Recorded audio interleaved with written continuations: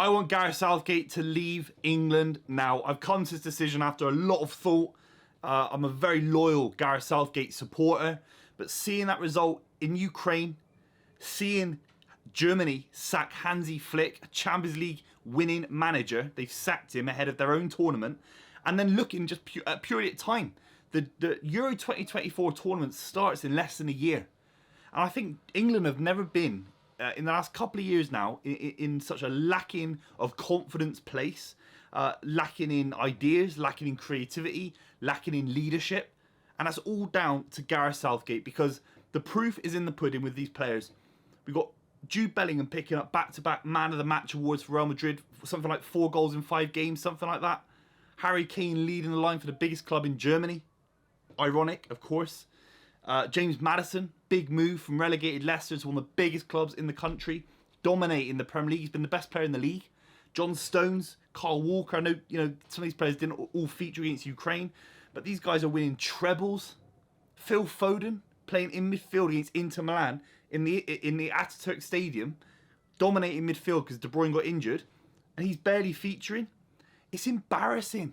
It's absolutely embarrassing. In this video, we'll talk about a few decisions that I thought were absolutely disgusting, embarrassingly cowardly from Gareth Southgate, and just where I, as an England fan, a staunch England fan, where I think England should go and just what I think will happen, because there's two different realities. We're dealing with the FA here. If you're new to the channel as well, make sure you subscribe. Would really appreciate it. What we saw against Ukraine was bizarre. It was cowardly. It was soft. It felt like not wanting to damage Ukraine. It felt almost like a friendly to not offend Ukraine because there's a war going on, with all due respect to Ukraine. I don't say that lightly. I don't say that with banter, because obviously there is a war going on. The players are playing for their pride, for their national pride. But this is football.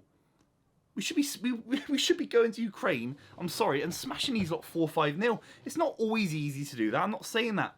But they're rubbish, Ukraine. We beat them in the Euros as well, the previous one.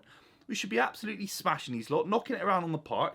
We had a lot of the ball against Ukraine. Had no idea what to do with it. No creativity. Multiple players coming deep for the ball. Harry Kane at one point was deeper than every other midfielder, firing into Kyle Walker. Kyle Walker is the most offensive kind of right-forwarded player. So is Chilwell. It's absolutely embarrassing. It's dry, it's flat, it's side to side, it's Sven, it's Capello, it's going straight back to that. And I don't get why the Spanish can have a 3-year spell. Yes, it's all ingrained in La Masia at Barcelona, all the academies, Xavi and Iniesta are all playing together, I get it. But how can France have a little spell where they get to the Euro 2016 final, win the World Cup in 2018, Spain win 3 tournaments in a row? You know, the Dutch in the late 80s had a little spell where they were getting far in tournaments. The Germans in the 90s, the Brazilians in the early 2000s. Why can't England have the spell where, you know, obviously players come and go in international football. It's hard to get a group of players together playing football. Of course it is. Everyone's on different wavelengths. Everyone's expecting the long ball over the top or coming short, like maybe at Man City. The Man City players are expecting that a little bit more. But how can these countries have the setup where they play for a good, in these prime eras of some of these footballers that I'm talking about, right? How can the Spanish, the French, even the Argentines in Qatar have these little periods where they play great football and they kind of connect? Now, obviously, it's a qualifier, but the reality is there's no weight in the dugout. That's the reality. There's no weight in the dugout. The people I just talked about that won things, we're talking Scolari, a great manager. Obviously, you know, a little bit old now. You're talking Capello, a great manager. Sorry, not Capello. I'm talking Del Bosque, sorry, former Real Madrid manager, winning 3 trophies in a row for Spain. Unbelievable. You know, these are serious football managers, football men. The Gareth Southgate in a cardigan vibe, it ended in 2021. It ended when you were 1-0 up. We have, what is it, 1 shot on target after Luke Shaw scored that amazing goal.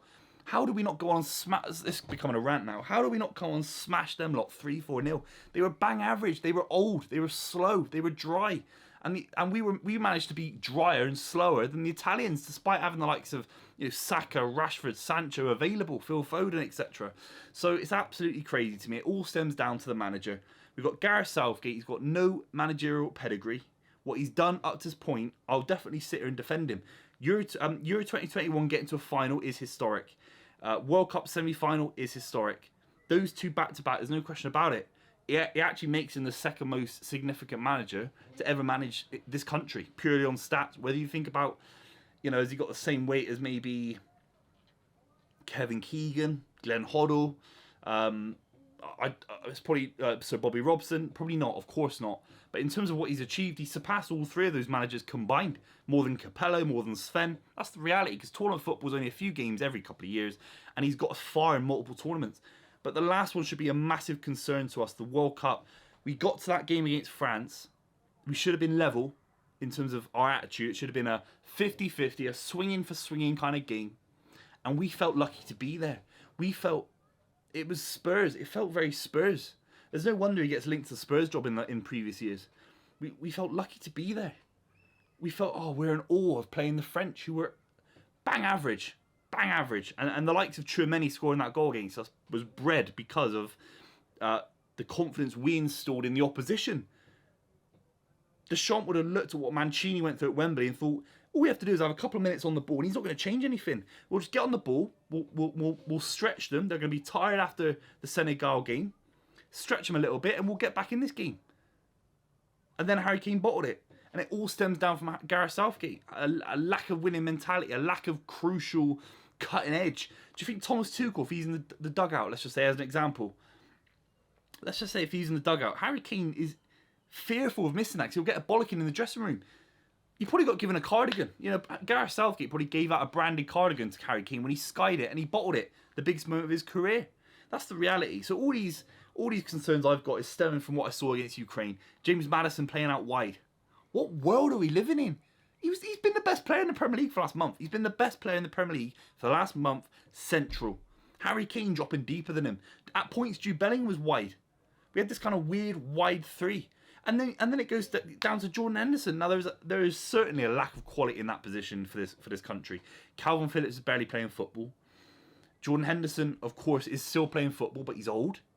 There's not many players that can play in that role. Unfortunately, he was English. Maybe Trent, but I can't have a game against Malta being the example in a big tournament. Are you going to trust Trent at this stage? Probably no. So that's the concern. Jordan Henderson is playing football for England more than Jude Bellingham. I can't believe I'm saying it. It's pathetic. It's pathetic. How are we doing this?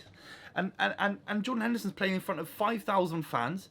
4,000 of them are builders who just built the stadium last week. 1,000 of them are, they're Saudi Arabian Pro League fans for the last 6 weeks. So he's playing, the level he's playing at is less than the Championship, in my opinion. That's the reality. A few quality players that are beyond the Championship, Benzema, Kante, of course. But the standard in that league is worse than the Championship. And he's getting more minutes than Bellingham. He's been the best player in the Liga, and he's 20-odd years old. Make it make sense. It all stems from Gareth Southgate. Weak in-game management, weak squad selections, weak starting 11 squad selections, weak philosophical approach to getting the best players on the ball at the right times, and weak in the biggest moments, because tournament football isn't an aggregate of 40 games a season, 38 games a season. It's moments of genius. It's Michael Jordan, Tiger Woods, levels of genius. David Beckham against Greece, levels of genius, levels of bottle, minerals, all the terms you want to use for it. And Southgate's got absolutely none of that. How's Hansi Flick, a Champions League winning manager, being sacked? There'll be people in Germany who think, well, he's won the Champions League. We're at home, we're going to have a bit of an advantage. No, they'll look at what's happened in the last few games. He's won 4 in 17 or something like that. Absolutely crazy. Sack him. Let's try something new. And we won't do it. And if he gets to the semi-final of the Euros, he'll stick around for the World Cup.